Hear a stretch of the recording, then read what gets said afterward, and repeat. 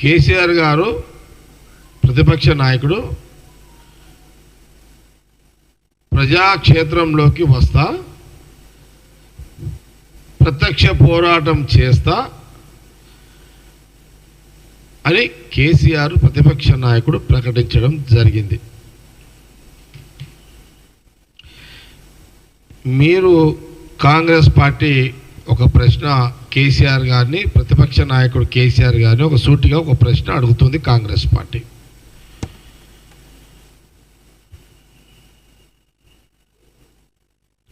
మీరు ఇంట్లో కూర్చొని మీడియాలో ప్రకటనలు ఇవ్వడానికే అయ్యారు మీరు అని కాంగ్రెస్ పార్టీ మీకు చాలా స్పష్టంగా తెలియజేస్తుంది. మీరు ఇంట్లో కూర్చుంటారు, మీడియాలో ప్రకటన చేస్తారు. ప్రజాక్షేత్రంలో, ప్రజా జీవితంలో ప్రజలతోటి నేరుగా డైరెక్ట్గా మాట్లాడే సందర్భము గత 10 సంవత్సరాల ముఖ్యమంత్రిగా ఆనాడు చేయలేదు, ప్రతిపక్ష నాయకుడిగా ఇప్పుడు చేస్తలేరు. మీకు అలవాటు ఉన్నది సభల పోయి మాట్లాడడము, మీడియా ముందు మాట్లాడడం.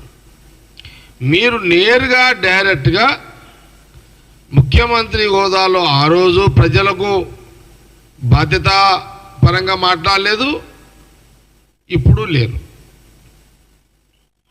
సభలకు మీడియాకే పరిమితమైన ప్రతిపక్ష నాయకుడు కేసీఆర్ గారు అనేది చాలా స్పష్టంగా మేము కాంగ్రెస్ పార్టీ మీకు తెలియజేస్తుంది. కాంగ్రెస్ గవర్నమెంట్, కాంగ్రెస్ పార్టీ గతంలో కాంగ్రెస్ పార్టీ ప్రతిపక్షంగా 10 ఏళ్ల కాలంలో ప్రజా సమస్యల మీద పోరాటము చేసింది. అందులో ప్రధానంగా రైతు రుణమాఫీ 9.5 సంవత్సరాల కాలంలో మీ పరిపాలన, 10 ఏళ్ళు కాదు, 9.5 years అంటే 9 సంవత్సరాలన్నర కాలంలో కాంగ్రెస్ పార్టీ మీరు ఇస్తున్న 1.5 రుణమాఫీని ఒకే కిస్తీలో మాఫీ చేస్తలేరు, కిస్తీల వారిగా డబ్బులు వేస్తున్నారు. కిస్తీల వారిగా మీరు డబ్బులు వేస్తున్నారు. అది రైతులకు తృప్తిగా లేదు, రైతులు ఇబ్బంది పడుతున్నారు అని ఆనాడు కాంగ్రెస్ పార్టీ ఒక సందర్భంలో 3 పీసీసీలు, 2 పీసీసీలు, ఒక ప్రతిపక్ష నాయకుడు.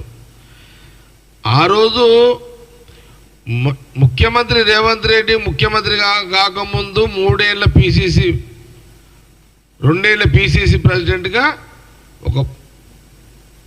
అంతకుముందు ఉత్తమ్ కుమార్ రెడ్డి పీసీసీ ప్రెసిడెంట్గా, ఈ 9.5 ఏళ్ల కాలంలో 2 పీసీసీలు, ఒకటి ఉత్తమ్ కుమార్ రెడ్డి గారు, ఒకటి రేవంత్ రెడ్డి గారు.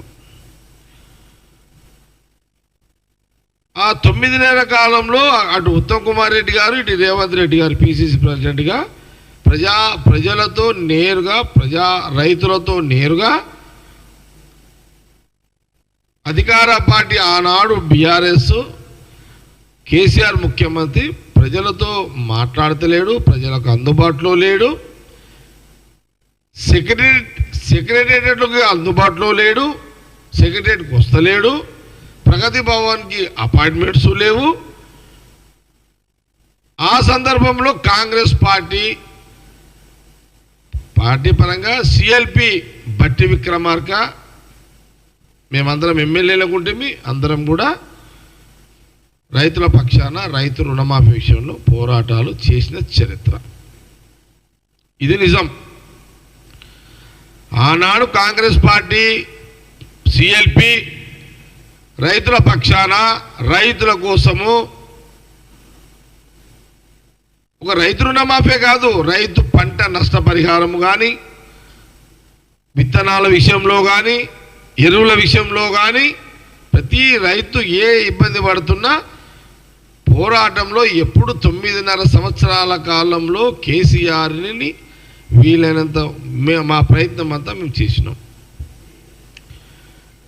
అధికారం వచ్చి 9 నెలలు అవుతుంది. ఈ 9 నెలల్లో ఇప్పుడు అదేమో ప్రతిపక్ష పార్టీగా ఆ రోజు కాంగ్రెస్ పార్టీ సిఎల్పి చేసిన పోరాటాలు వివరణ ఇస్తున్నా. ఇప్పుడు ప్రజలు, తెలంగాణ ప్రజలు, రైతులు కాంగ్రెస్ పార్టీకి అధికారం ఇచ్చారు. ఇప్పుడు ఇచ్చిన అధికారము 9 నెలల్లో 9 నెలలు అవుతుంది. తెలంగాణ ప్రజలు కాంగ్రెస్ గవర్నమెంట్, ముఖ్యమంత్రి సోనియా గాంధీ, రాహుల్ గాంధీ గారి నాయకత్వంలో ముఖ్యమంత్రి రేవంత్ రెడ్డి గారు అయిన నుంచి 9 నెలల్లో ఉదయం 10:30కు సెక్రటరియట్ మొదలైతే సాయంత్రం 6 గంటల వరకు కాంగ్రెస్ పార్టీ ముఖ్యమంత్రి రేవంత్ రెడ్డి గారు, ఎంటైర్ మా క్యాబినెట్ మినిస్టర్లు అందరూ కూడా సెక్రటరియట్లో అందుబాటులో ఉంటున్నారు. కాంగ్రెస్ పార్టీ తెలంగాణ ప్రజల పక్షాన మీరు మాట్లాడడానికి మేము చెప్పదలుచుకున్నది ఏంటంటే, మీరు 9.5 సంవత్సరాల్లో కేసీఆర్ గారు రికార్డు తీయండి. 9.5 సంవత్సరాల్లో కేసీఆర్ గారు ముఖ్యమంత్రి హోదాలో సెక్రటరియట్లో ఎన్ని రోజులు గడిపారు? ముఖ్యమంత్రి రేవంత్ రెడ్డి గారు ముఖ్యమంత్రి అయిన తర్వాత 9 నెలల్లో ఎన్ని రోజులు సెక్రటరియట్లో కూర్చున్నారు? దీనికి కేసీఆర్ గారు, కేటీఆర్ గారు, హరీష్ గారు దీని మీద డిబేట్కి మీరు చర్చకు సిద్ధం కాగలరు. మీ 9.5 సంవత్సరాల కాలంలో సెక్రటరియట్లో కేసీఆర్ ఎన్నిసార్లు కూర్చున్నాడు? 9 నెలల కాలంలో సీఎం రేవంత్ రెడ్డి గారు, మా మినిస్టర్లు, మా సీఎం రేవంత్ రెడ్డి గారు ఎన్నిసార్లు కూర్చుండు? చేద్దాం. ఫస్ట్ ఇది తీద్దాం.